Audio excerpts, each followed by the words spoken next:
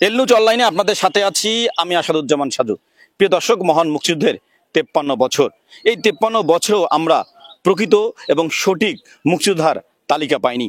মুক্তিযুদ্ধ না করেও অনেকেই মুক্তিযোদ্ধা সেজে সরকারি সুযোগ সুবিধা গ্রহণ করছেন, আর যারা মাঠে ময়দানে যুদ্ধ করছেন তারা সরকারি সুযোগ সুবিধা থেকে বঞ্চিত। এ তো আপনাদের মহান মুক্তিযুদ্ধের কথা বললাম। গত বছর ছাত্র জনতার গণ অভ্যুত্থানে আমরা নতুন বাংলাদেশ পেলাম। এই বৈষম্যবিরোধী ছাত্র আন্দোলনে যারা অংশগ্রহণ করছেন তাদেরকে জুলাই যোদ্ধা হিসেবে স্বীকৃতি দিয়েছে সরকার, কিন্তু এই জুলাই যোদ্ধার তালিকাতেও অনিয়ম।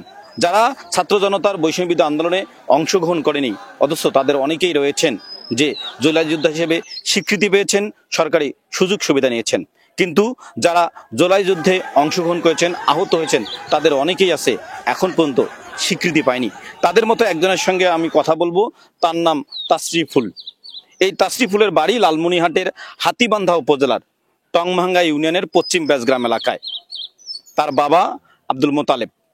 আমি নিজেই সাক্ষী। 18 জুলাই লালমনিরহাটের হাতীবান্ধা উপজেলার মেডিকেল মোড় এলাকায় প্রথম ছাত্রলীগ যখন বৈষম্যবিরোধী ছাত্র আন্দোলনের উপর হামলা করে, সেই হামলায় দুজন ছাত্রর মাথা ফেটে যায়। তার মধ্যে একজন হলো এই তাসরিফুল। আমি সেদিন থেকেই বা বিশেষ করে 5 আগস্টের পর থেকে তাকে খুঁজছিলাম, কিন্তু পাইনি। গতকালকে তার দেখা পেয়েছি, আর একজনের পরিচয় এখনো পাইনি। আমি গতকাল তার সঙ্গে দেখা পেয়ে পরিচয় কথা বলে জানলাম যে জুলাই যোদ্ধা হিসেবে তার স্বীকৃতি তো নেই এবং সরকারি কোনো সুযোগ সুবিধাও পায়নি। অথচ অনেকেই ভুয়া জুলাই যোদ্ধা সেজে রাষ্ট্রীয় সুযোগ সুবিধা নিচ্ছেন। আমি যদি বলি, তার সঙ্গে কথা বলতে তার আগে বলি যে 18 জুলাই যখন ছাত্রলীগ প্রথম তাদের উপর হামলা করে তখন দুজনের মাথা দিয়ে রক্ত বের হয়। আমি জীবন্ত সাক্ষী। তাদের মধ্যেই তাসরিফুল একজন। আমি তাকে বলেছিলাম যে এই মুহূর্তে মেডিকেলে যাওয়ার পরিবেশ নাই, কারণ মেডিকেলে পুলিশ এবং ছাত্রলীগ, গেলে তুমি হয় গ্রেপ্তার হবা না হয় আলাও মারি খাবা। তখন তাকে মেডিকেল মোড়ের যে ভিআইপি রোডটি রয়েছে সেই ভিআইপি রোড দিয়ে তাকে বলি গ্রামে গিয়ে চিকিৎসা নাও, মেডিকেলে আজকে এই মুহূর্তে আসার পরিবেশ নেই। কিন্তু সেই তাসরিফুল, আমি যদি বলি হাতীবান্ধায় ছাত্র জনতার বৈষম্যবিরোধী আন্দোলনের প্রথম যে আহত দুজন তাদের মধ্যে একজন, সে কিন্তু স্বীকৃতি পায়। আমি তার সঙ্গে কথা বলবো। সেদিনের ঘটনা যদি আমি তো জানি, তারপর একটু দর্শককে বলবো।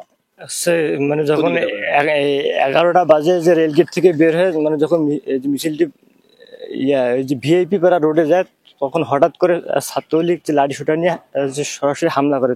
তখন আমি যে ভিতরের যে গলিটা ছিল, যে এই যে ব্রিজ এবং ভিআইপি পাড়া রোডের মাঝখানে এই যে একটা যে গলি ছিল, যখন আমি ওইখানে প্রবেশ করি তখন 3 থেকে 4 জন ছাত্রলীগ মানে এলোপাতাড়ি মাথায় আমার বাড়ি দেয়।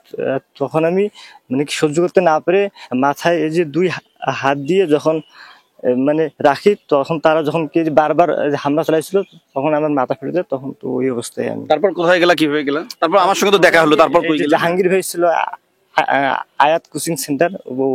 মানে আমার এই সেন্সটা ছিল যে যদিও রক্ত বের হয় তবু আমার কি একজন জানাশোনা লোকের কাছে, তখন আমি ওইখানে যাই। সে আমার বাসায় ফোন দেয়, পরে বাসা থেকে ভাই এসে পরে আমার মাথায় কটা সেলাই হয়েছে?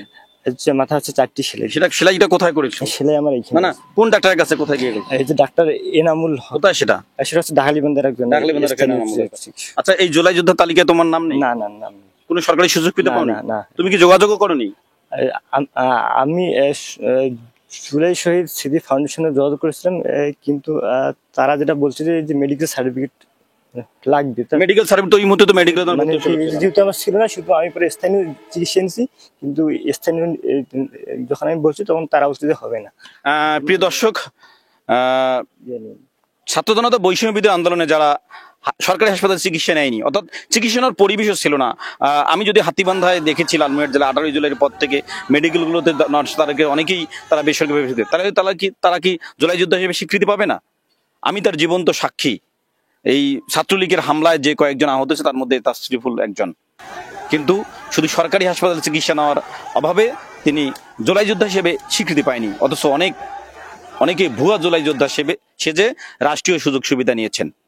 আমি আজকের এই ভিডিওর মাধ্যমে লালমনিরহাট জেলা প্রশাসক, হাতীবান্ধা উপজেলা নির্বাহী কর্মকর্তা এবং জুলাই স্মৃতি ফাউন্ডেশনের শুভদৃষ্টি কামনা করছি এবং প্রশ্ন রাখছি যে এই ছাত্র জনতার বৈষম্য বিরোধী আন্দোলনে অনেকে আহত হয়ে বাড়িতে গিয়ে গ্রামীণ ডাক্তারদের কাছে চিকিৎসা নিয়েছেন, তাহলে তারা কি এই সুযোগ সুবিধা পাবে না? অথচ ভুয়ারা মেডিকেলের ছাত্রলীগেরও অনেকে আছে সেই দিন চিকিৎসা নিয়ে এখন জুলাই যোদ্ধা সেজেছে। সেই কারণেই আমি আবার অনুরোধ করব যে এই আহত তাসরিফুলকে জুলাই যোদ্ধা হিসেবে স্বীকৃতি দেওয়া হোক এবং রাষ্ট্রীয় যত সুযোগ সুবিধা আছে সেই সুযোগ সুবিধার তালিকায় তাকে অন্তর্ভুক্ত করা হোক। আসাদুজ্জামান সাজু, এলনুচ অনলাইন, লালমনিরহাট।